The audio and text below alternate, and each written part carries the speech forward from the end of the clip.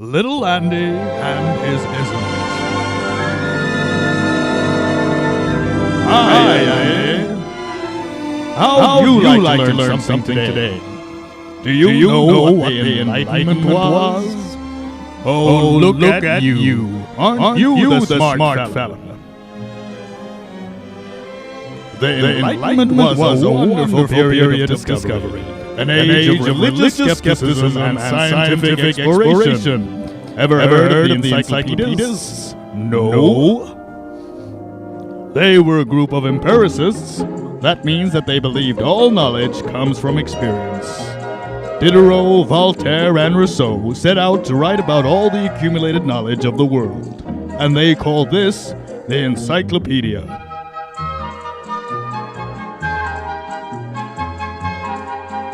One of the most challenging ideas of the Enlightenment was determinism.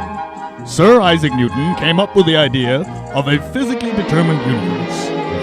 He suggested that everything that happens is determined by what came before, like a pool ball which only moves once another ball hits it. You see how all those big books got in the way? Well, a lot of people thought this was a problem too. And that's how industrialization and the constant push for newer technologies happened, which are a part of what we've come to call modernism. Now, after that, some people started to question if modernism was really all it was made out to be. And so, postmodernism came to be. Yes, Andy, try to keep up, would you? This is where things start to take shape. Perhaps let's demonstrate all this by having it happen to you. Because of the modernists, we started to produce so much that people started to feel overwhelmed, and so started the quest for simpler surroundings, or minimalism. This device is the epitome of the on-the-go lifestyle we've grown used to in the 21st century. Everything is fast-paced and connected. We've entered into an era crowned by capitalism. This is futurism. A group of Italian artists, musicians, and writers who loved nothing more than modernity, speed, and inequality. They believed that technology and machinery were the key to the betterment of humankind. I would venture to say that a contemporary take on the futurist dream would be the idea of the singularity, man and machine being one. Postmodernism. Don't mind him, Andy. Don't mind him. He's just a product of the period known as late capitalism.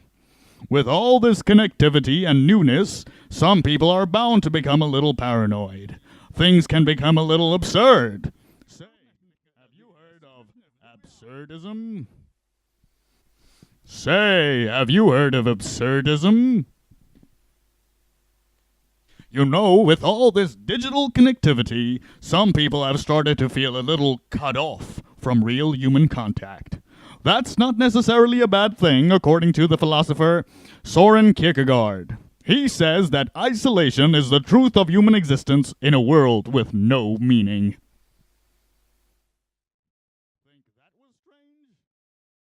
Think that was strange? How about executing every little ridiculous thought that popped into your head, regardless to reason or consequence? Think that was strange? How about executing every little ridiculous thought that popped into your head, regardless of reason or consequence? Think that was strange?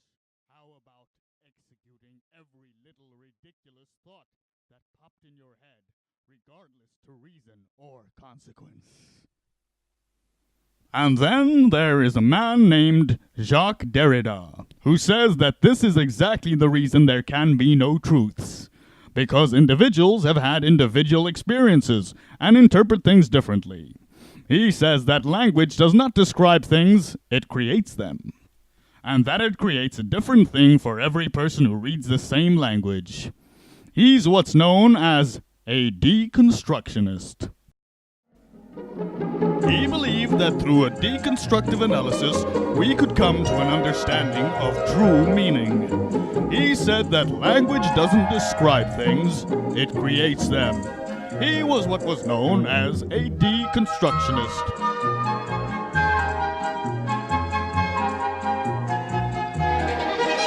Then some folks decided that life has no meaning. Moments like this exact one are futile, and that the whole totality of the universe is irrelevant, especially us humans.